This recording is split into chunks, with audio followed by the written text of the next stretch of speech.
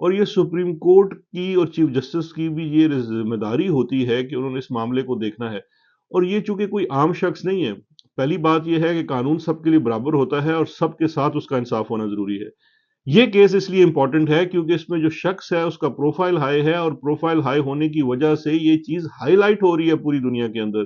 لہٰذا supreme court of Pakistan کی اس معاملے میں یہاں پہ آبزرویشن جو ہیں وہ بالکل بجا ہے کہ انہوں نے دیکھنا ہے کہ یہاں پہ ڈسپنسیشن آف جسٹس، یعنی کہ انصاف جو ہے اس کی فراہمی وہ درست ہو رہی ہے یا نہیں ہو رہی ہے۔ لہٰذا اسی لیے انہوں نے کیس کو کل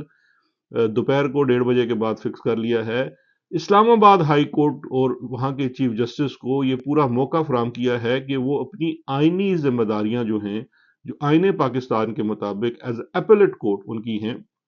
اس کو انجام دیں، ڈیلنگ ٹیکٹکس کو نہ چلنے دیں، اور کل ہی اس مقدمے کا فیصلہ کریں۔ تو یہ ایک بہت بڑی خبر ہے کہ جہاں ایک طرف جو اسٹیبلشمنٹ کا پلان تھا، جس کی طرف میں بار بار نشاندہی کرتا رہا کہ وہ ڈیلے کرنا چاہتے ہیں، وہ چاہتے ہیں کہ اس چیز کو تھوڑا سا اور طوالت دی جائے کیونکہ اس میں بیل تو ہونی ہے، سسپینشن آف سینٹنس ہونا ہے، لیکن جتنا ٹائم ان کو گین ہو سکے وہ بہتر ہے تاکہ وہ دیگر مقدمات میں عمران خان صاحب کی گرفتاری کو عمل میں لا سکے۔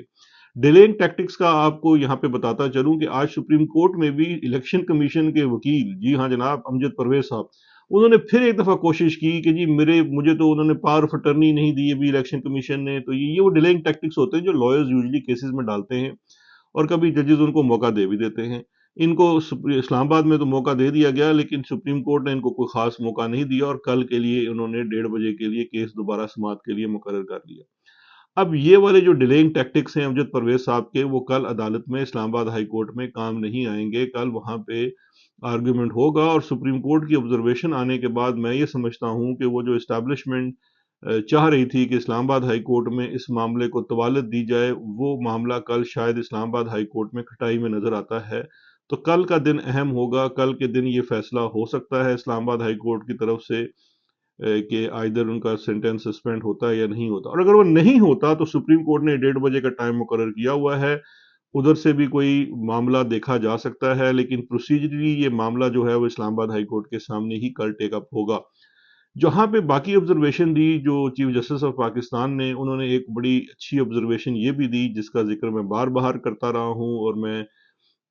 خان صاحب کی جو لیگل ٹیم ہے اور پی ٹی آئی کی جو لیگل ٹیم ہے ان کو بھی اپنے اس میڈیم کے تھرو مشورہ دے رہا ہوں بار بار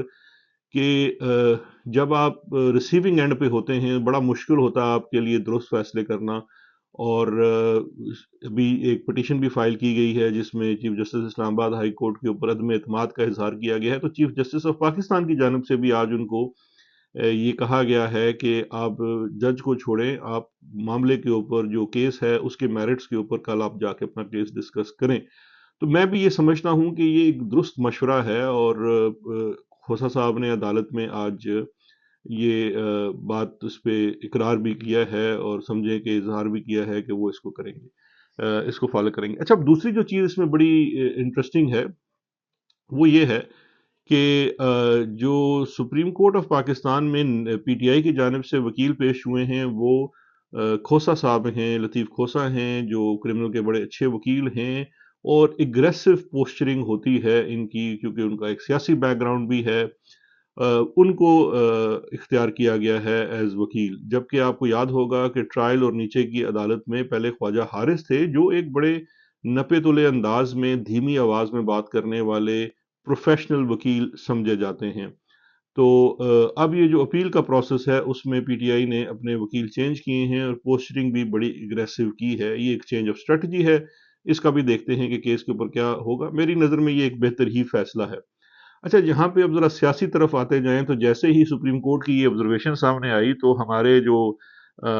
سوچے سمجھے بغیر ٹویٹ کرنے والے خاتون لیڈر ہیں مریم نواز شریف، انہوں نے ایک فوری طور پہ جلی بلی ٹویٹ کر دی کہ جی سی جے پی کے اوپر انہوں نے حملہ شروع کر دیا، چیف جسٹس آف پاکستان کے اوپر۔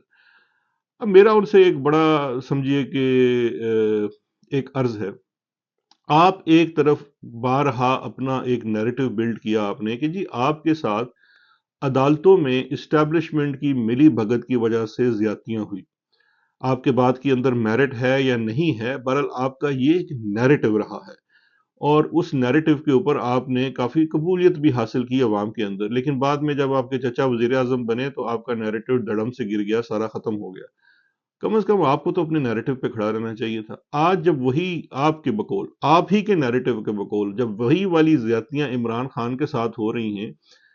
آپ اگر اسٹیبلشمنٹ کے ساتھ کھڑی ہوں گی تو آپ دوبارہ اپنے نیریٹو پہ نہیں جا سکیں گی، کیونکہ یہ جو آپ کا جو نیریٹو تھا، اس کا مطلب یہ ہے کہ آپ اصولی طور پہ اپنی بات کے اوپر، اپنے نیریٹو کے اوپر بلیو نہیں کرتے ہیں۔ آپ نے صرف ذاتی فائدے، اور آج ذاتی اناد کے لیے، کل آپ ذاتی فائدے کے لیے جو یہ نیریٹو آپ نے بنایا اسٹیبلشمنٹ کا اور عدلیہ کا گٹھ جوڑ کا، اور آج آپ اپنے ذاتی اناد یعنی کہ عمران خان سے دشمنی میں آج آپ ویسی ہوئی زیادتی کو آپ جو ہے وہ اس کو پروٹیکٹ کر رہے ہیں۔ تو آپ یہاں پہ فیصلہ ہوتا ہے لیڈرز کا۔ آپ اگر لیڈرشپ مٹیریل ہیں تو آپ کو آج اس چیز کے اوپر اپنے پہلے ہی نیریٹو کے اوپر، اگر وہ سچا تھا تو وہ نیریٹو آج بھی سچ ہونا چاہیے، اور آپ کو اس چیز کو ڈیناؤنس کرنا چاہیے، کیونکہ اگر آپ سمجھتے ہیں کہ آپ کے ساتھ زیادتی ہوئی ہے تو اگر وہ کسی اور شخص کے ساتھ، چاہے وہ آپ کا دشمن کیوں نہ ہو، اس کے ساتھ بھی اگر زیادتی ہو رہی ہے تو آپ کو اس کو ڈیناؤنس کرنا چاہیے۔ اس طرح سے امیڈیٹلی جا کے ٹویٹ کرنے سے میں سمجھتا ہوں آپ کو اجتناب کرنا چاہیے۔ تو بہرکیف یہ تھی آج کی جو یہ خبر تھی، اور یہ میں سمجھتا ہوں ایک بڑی اپڈیٹ ہے۔ اس اپڈیٹ کے بعد عمران خان صاحب کی اس کیس کے اندر کل میں سمجھتا ہوں جو رہائی ہے یا سسپینشن آف سینٹنس ہے، اس کے چانسز بہت برائٹ ہو گئے ہیں۔ میں یہ نہیں کہتا کہ 100% ہے، کیونکہ آج جب عدالتیں بند ہوں گی تو اس کے بعد رات کو آپ کو پتہ ہے فیصلہ ساز جو ہیں وہ پھر ڈالوں میں کبھی ادھر جاتے ہیں کبھی ادھر جاتے ہیں، تو انہوں نے آج ڈالوں میں رات کو چکر لگانا ہے، اور وہ نئی فیلڈنگ سیٹ کریں گے کہ عمران خان صاحب کی اگر کل اس آبزرویشن کے بعد جو سسپینشن آف سینٹنس اور بیل آرڈر ہو جاتا ہے تو انہیں پھر کیا ان لائٹ آف کے جی سپریم کورٹ بھی دیکھ رہی ہے کسی اور نئے مقدمے میں امیڈیٹلی گرفتار کرنا ہے یا نہیں کرنا ہے، تو وہ جو اسٹیبلشمنٹ کا بنایا ہوا منصوبہ تھا اس کے اندر اس وقت ایک نیا چیلنج کریٹ ہو گیا ہے۔ اب کل کے روز دیکھیں گے، یہ بڑا امپورٹنٹ ہوگا کہ یہ معاملہ کس طرف جاتا ہے۔ میں آج بھی سمجھتا ہوں کہ جو لوگ اس وقت بیٹھے ہوئے ہیں فیصلہ ساز، اور جس قسم کی ان کی مائنڈ سیٹ ہے، اور وہ جو بلوچستان والے ٹیکٹکس اس وقت اسلام آباد میں استعمال کر رہے ہیں، تو وہ آسانی سے تو وہ اس وقت آرام نہیں کریں گے، اور کوئی نہ کوئی نیا پنگا وہ ضرور لیں گے۔ تو اس کے لیے میں سمجھتا ہوں کہ پی ٹی آئی اور عمران خان صاحب کی ٹیم کو بھی ہوشیار رہنا چاہیے، اور کل جو ٹائم مقرر ہے سپریم کورٹ آف پاکستان میں، اگر یہ کسی اور معاملے میں گرفتاری ڈالتے ہیں تو وہ چیز بھی سامنے لانی چاہیے، کیونکہ وہ بھی سبسٹانشل جسٹس کا حصہ ہے، کیونکہ صاف نظر آ رہا ہے کہ جوڈیشل سسٹم کو، جو پورا ہمارا لا انفورسمنٹ کا سسٹم ہے، اس کو یوز کیا جا رہا ہے عمران خان کے خلاف۔ تو آپ یہی والا ایشو جو ہے وہ کل 1:30 جب سپریم کورٹ میں دوبارہ یہ معاملہ اٹھے گا توشہ خانہ کو لے کر، اس میں بھی لا محالہ یہ ریز کر سکتے ہیں، کیونکہ ایک دوسرے بینچ میں جہاں نیب کی پٹیشنز کی بات چل رہی تھی، اور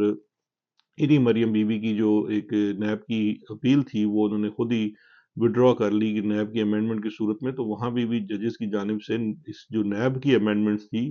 یہ پرسن اسپیسیفک ہونے کا ایک جو آبزرویشنز آئی ہیں، اس پہ ہم ایک الگ وی لاگ کے اندر بات کریں گے، لیکن وہ آبزرویشنز بھی آ رہی ہیں، اور نظر آ رہا ہے کہ جو سپریم کورٹ کے ججز ہیں وہ ان قوانین کو زیادہ دیر شاید ٹکنے نہ دیں۔ تو ابھی دیکھتے ہیں کہ کل کیا اپڈیٹ ہوتی ہے، انشاءاللہ کل اس پہ آپ کو مزید اپڈیٹ کریں گے۔ اپنا بہت خیال رکھیے گا، شکریہ، خدا حافظ۔